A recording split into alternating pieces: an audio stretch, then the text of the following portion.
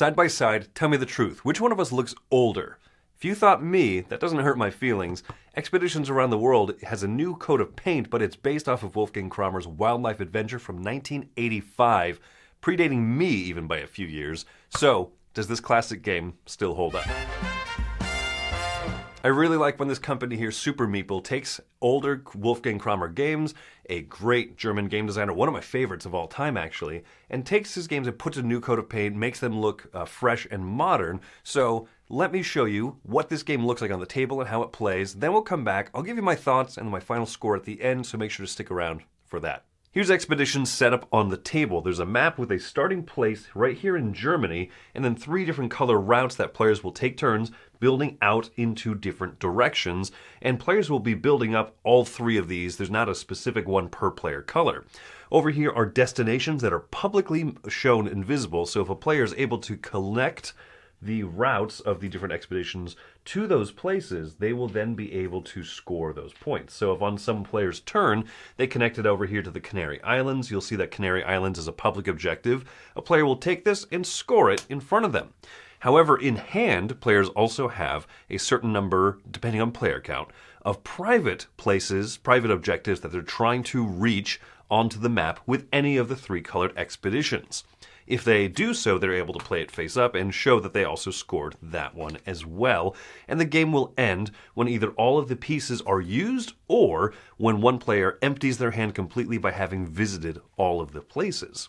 So, at the start of the game, you'll notice there are some of these tokens out here on the board. I, as the green player, have to make 4 of my places publicly known and available. So the Amazon rainforest, Aripuana, Atlantic Ocean, and Sulawesi here are publicly known, whereas the white player has made these spots publicly known as well. So I might try to steer away from them, but the player is trying to steer towards them. Now, on your turn, what you can do is you can place out one of the 3 colored expedition tokens. These are little arrows that you place out, and they have to start from the central place here in Germany, and then the first one of each color will go out. Based on what place you land on, you point at on your turn, you'll do one of 3 different things. If it's a green spot, that means it is one of these public objective, or it is a objective on a card somewhere, and someone might be able to claim and say, hey, I have the Rome card in hand, and it can even be out of turn. If on my turn I place an arrow out here and someone else has Rome in their hand, they would say, hey, I have Rome, and then they would score that and place it in front of them. However, the rules state that people have to be watching. If a few turns later, someone says, oh, hey, I had the Rome card in hand, they're not able to score it. They'll have to bring another expedition over there because they weren't paying attention when it was connected on the board. Now, after you, so if you connect to a green city, someone might score. If I place this one here into a blue area, that means I get to place out another arrow, according to the player aids here, of which there are 1 per player, which is great. So then I can continue out this way, and maybe I'll have completed an objective now. The last type of space are the red spaces. If you connect to a red space, you get to grab one of these ticket tokens. What are the tickets used for? Well, in addition to placing out your 1 arrow that you get per turn, or if you connect to a square, maybe an additional one, you can also spend tickets. And tickets are used for a few things. One, you can either, on your turn, you can place out an extra piece. So I connected over here. Well, that's fine. I also get to place out this, replacing a blue. And now I'm going to spend a ticket to place out yet another one of these because I want to connect over here. Old Faithful might be one of those cards in my hand. So I play it out and I show that I scored it. Or it might be a public objective. So anyway, tickets are used for that. Now, let's say that I connected over here and someone says, oof, in their hand, the white players, I really need to get down here to Puerto Rico. And by placing a yellow arrow this way, it means that it's going to take longer to connect down here. Well, the white player can play a ticket to remove one of the previously played arrows. So then they, on their turn, can connect it this direction, and then they could play another ticket if they wished, in order to play an extra arrow, and now they have connected to one of their cities, and they will get to score this for the end of the game. The last thing you can do is if your hand of cards is not working the way that the different expeditions are going into different directions. You say, I will never get this one done. You're allowed then to spend one of the tickets, discard this, draw 2 cards from the deck, and keep one of them that you think is going to work better than the others, and the rest are just discarded out of the game. As I mentioned, the game will end when all the arrows have been used. The game will end when one player plays out all of the cards from their hand. But emptying your hand doesn't mean that you'll win. You score 1 point per location that you've gone to. You will score 1 extra point for each one of these tokens that you made visible at the start of the game in front of you. You will lose a point for each card you didn't complete, and you will lose a point for each one of the tokens still on the board. Remembering that if you are able to connect to one of these public objectives, you will be scoring additional points as well from here. So it's not always the first player who empties their hand that wins. There's a few other little rules here, like what happens if you connect an expedition all the way into itself and you complete a full circle. Well, the next time you add to the yellow route, you can continue off from any direction of that loop. So you could then shoot over here to Teotihuacan, or you could shoot out over here to Newfoundland, or even down here into the middle of the ocean and continue out this way. So there are different ways that you can strategize and use this to your advantage. That's how you play Expeditions Around the World.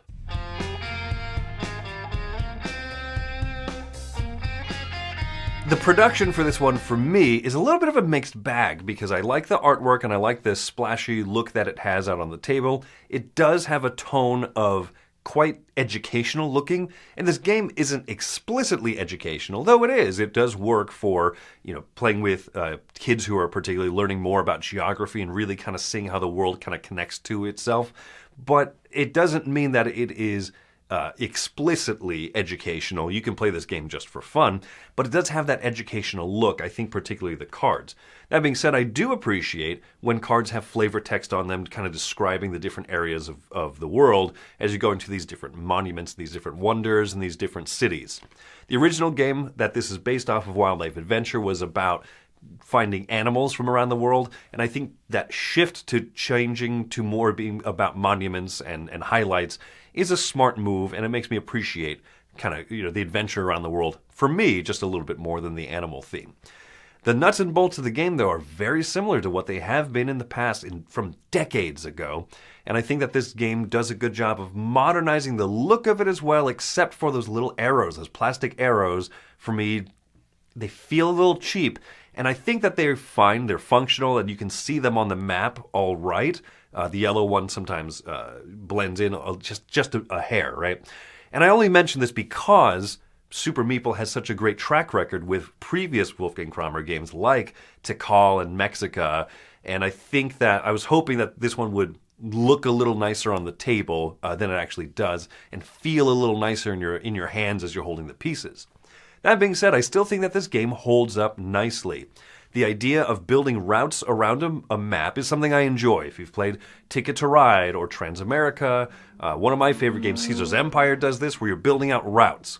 The difference in this one is that no one owns a particular color, meaning that you are hoping that the yellow expedition will connect to cities you want, and also the red expedition, and also the blue one. And you get those points, you get to play the cards from your hand if any of them connect. And that's going to be an interesting concept. I think this game teaches a few things very well. One is that idea of board shaping and presence without I'm the green player, right? Any one of those is beneficial to me. The other thing I think that this teaches very nicely is, and particularly if you're playing with kids who are like, hey, we're learning geography, is the idea that you have to pay attention when it's not your turn, because you might connect to a city that scores for someone else, or would score if they were paying attention. And this actually happened to me. I consider myself quite a seasoned gamer with hundreds and hundreds, 1,000+ games, different games played. I play games professionally practically. And as I was teaching this game to some people, they were taking some actions, and then a few rounds passed by, I looked at my hand of cards and I said, I should have scored when that city got connected. Dang it, I feel kind of silly, right? And that one's on me, so I had to work to kind of bring the route around and reconnect to it, and then I scored it. Ha ha ha! Man, that didn't feel great. But at the same time, I then put that blue expedition into a loop, so I spent a ticket to build off into a different direction off of the loop and connect towards where I wanted it to go. I thought that was great. One of the cruxes of this game is the idea of when do you spend tickets, connecting to those cities, to those locations to get the tickets, and then using them. Do you draw new cards out instead? Do you backtrack when a route has gone kittywampus and you're like, whoa, whoa, whoa, whoa, I needed to go this way? Or do you just use it to put out extra tracks? Because that's huge if you can connect multiple of your cities, or if you can connect to one of those public cities on the side, the public objectives. He's like, oh, well, it's 3 away. Good thing I've got tickets to burn. I'm going to score extra points. I like that. And the dynamic that it's not necessarily the first player to empty their hand that will win. There's enough going on in this game that it really holds up. I think it's great. I think that rule about having to pay attention is great, not only for younger kids, but if you have someone who struggles with the old phone syndrome of not really paying attention during their turn, during the other player's turns, it comes back to them and they say, okay, what's going on?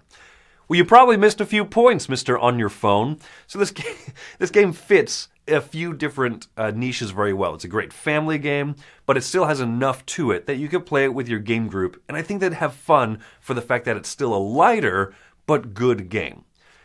Like I said, Wolfgang Kramer is one of my favorite designers. He really is. He's been doing this for decades, and this game shows that even back in 1985, he could make a solid game. This holds up so well. And yet, it feels very light and feels breezy. You're going to have moments where you're frustrated, where things aren't going your way. But in the long run, I think that things will work out. You'll be able to bring expeditions around because people aren't going to collectively try to keep things, all 3 of those routes, away from you. And you have some clever mitigation with those tickets that you can really work with and do some good for yourself. So overall, I'm giving this one a 7 out of 10. I think that the physical production is good, but a little less than I was hoping. And like I said, that's kind of a symptom of Super Meeple's great success with physical production in the past. I was hoping for a little bit more. The game holds up, but it's not one that I'm going to pull out all the time and that I'm highly recommending saying everyone should own.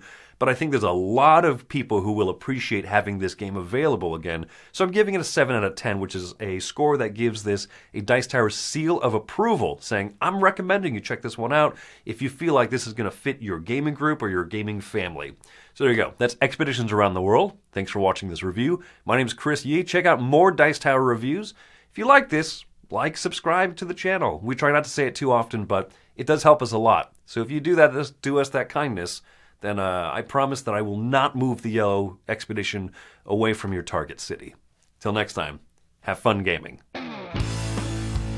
Hey everybody, thanks for watching another video from the Dice Tower. Hey, you want to learn more about us, communicate with us? We have a Facebook group, we have a Discord channel, lots of different ways to get involved with the Dice Tower. You can find that in our Linktree link below. So just click that, it will take you and you can communicate with us on Facebook, join our Facebook groups. There's lots of cool things that you can find and become part of the Dice Tower.